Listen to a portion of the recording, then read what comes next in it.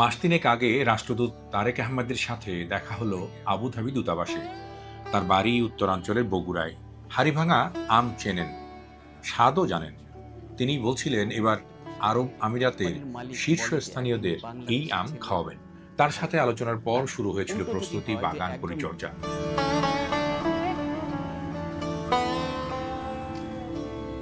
তারপর জুনে এলো কাঙ্ক্ষিত সেই মধুমাস। আমরা এক্কেবারে পরিপক্ক আম নামালাম গাছ থেকে।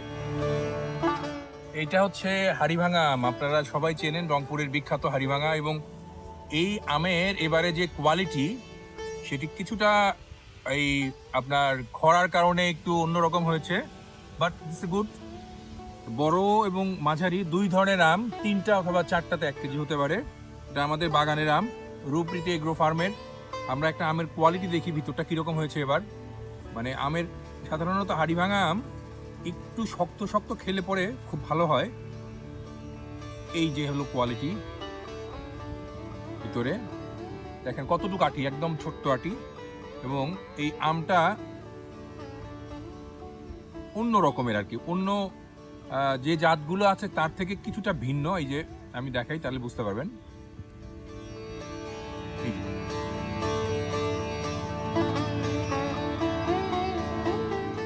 আরব আমিরাতে কূটনৈতিক উপহারের 500 কেজি আম বাঁচতে বাগানের গাছ থেকে আমাদের 3 টনেরও বেশি আম পাড়তে হয়েছে।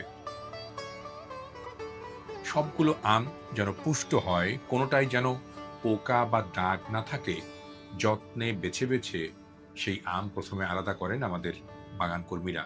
তারপর ধুলোবালি ধুয়ে মুছে একেবারে ঝকঝকে আম প্যাকিং এর জন্য পাঠানো হয়। এই প্রথম আমাদের বাগানের আম পাঠাচ্ছি সংযুক্ত আরব আমিরাতে, এবং এর জন্য আমি ব্যক্তিগতভাবে কৃতজ্ঞতা জানাতে চাই বাংলাদেশ দূতাবাস, ইউএই।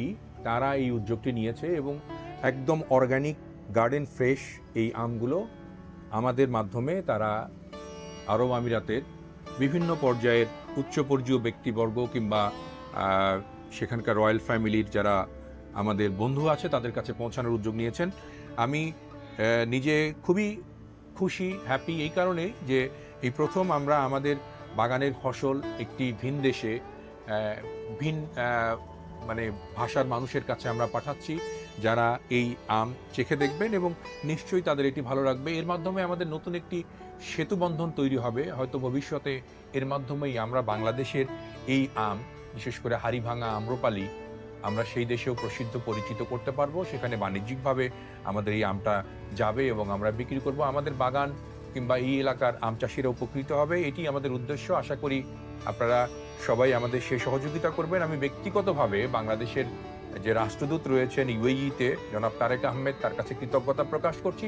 একই সাথে এবারের এই আম পাঠানোর বা আম রপ্তানির ক্ষেত্রে যারা আমাদেরকে সহযোগিতা করেছেন সেই সকল বন্ধু, সকল পর্যায়ের কর্মীদেরকে আমি আন্তরিকভাবে শুভেচ্ছা, অভিনন্দন জানাচ্ছি।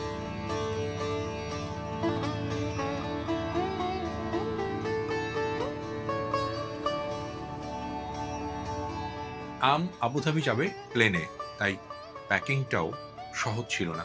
আবুধাবিতে হাড়িভাঙা আমের এই যাত্রায় আমি বিশেষভাবে কৃতজ্ঞতা জানাতে চাই বাংলাদেশ অ্যাম্বাসির হেড অব চ্যান্সেরি তাওহিদ ইমামকে। তিনি প্রতিদিনই খোঁজ নিয়েছেন, আপডেট জানিয়েছেন, পরামর্শ দিয়েছেন নানাভাবে। ধন্যবাদ পররাষ্ট্র মন্ত্রণালয় এবং বাংলাদেশ বিমানের, যারা উপহারের এই আম কোনো জটিলতা ছাড়াই পৌঁছে দেওয়ার ব্যবস্থা করেছেন। আম পরিবহনে গুণগত মান রক্ষা আর প্যাকিংয়ে আমার 2 বন্ধু নিরলস কাজ করেছেন। রাত দিন এক করে তারা ছুটেছেন এখান থেকে সেখানে। সরকারি উদ্যোগে বিভিন্ন জায়গায় যে এরকম উপহার দিচ্ছে, সেটাতে আমরা আশা করছি নেক্সট টাইম আমরা আরও বাণিজ্যিকভাবে এটা আরও ফলপ্রসূ একটা উদ্যোগ হবে। এবং শুধু মধ্যপ্রাচ্যের দেশ না, ইউরোপের বিভিন্ন দেশেও যদি এই উদ্যোগটা নেওয়া হয়, আমরা মনে করব যে এটা আমাদের আম চাষিদের জন্য বিশেষভাবে অর্থকরীভাবে এটা একটা মানে জিনিসটা লাভবান হবে ওরা। কারণ হচ্ছে এই সিজনের সময় অনেক আম দেখা যায় যে রপ্তানির সম্ভাবনা থাকার ক্ষেত্র শুধু সুষ্ঠু ব্যবস্থাপনার জন্য আমগুলি নষ্ট হয়ে যাচ্ছে। বাগানের পরিচর্যা থেকে শুরু করে প্যাকিং হাউসে আসা পর্যন্ত একটা ট্রান্সপোর্ট, তারপরে প্যাকিং হওয়ার সময় এখানে হাইজিনের একটা ব্যাপার আছে, পরিষ্কার পরিচ্ছন্নতা, আমাদের যারা প্যাকিং করে লেবার ওনারা মাস্ক ইউজ করেন, গ্লাভস পরে কাজ করেন। তো আমরা মূলত হাইজিনটা খেয়াল করে সব কিছু করি যেন যাতে এই আমগুলো যখন বিদেশের মাটিতে যাবে সেখানে বাংলাদেশের প্রাউডটা, বাংলাদেশের গর্ব হিসেবে কাজ করে।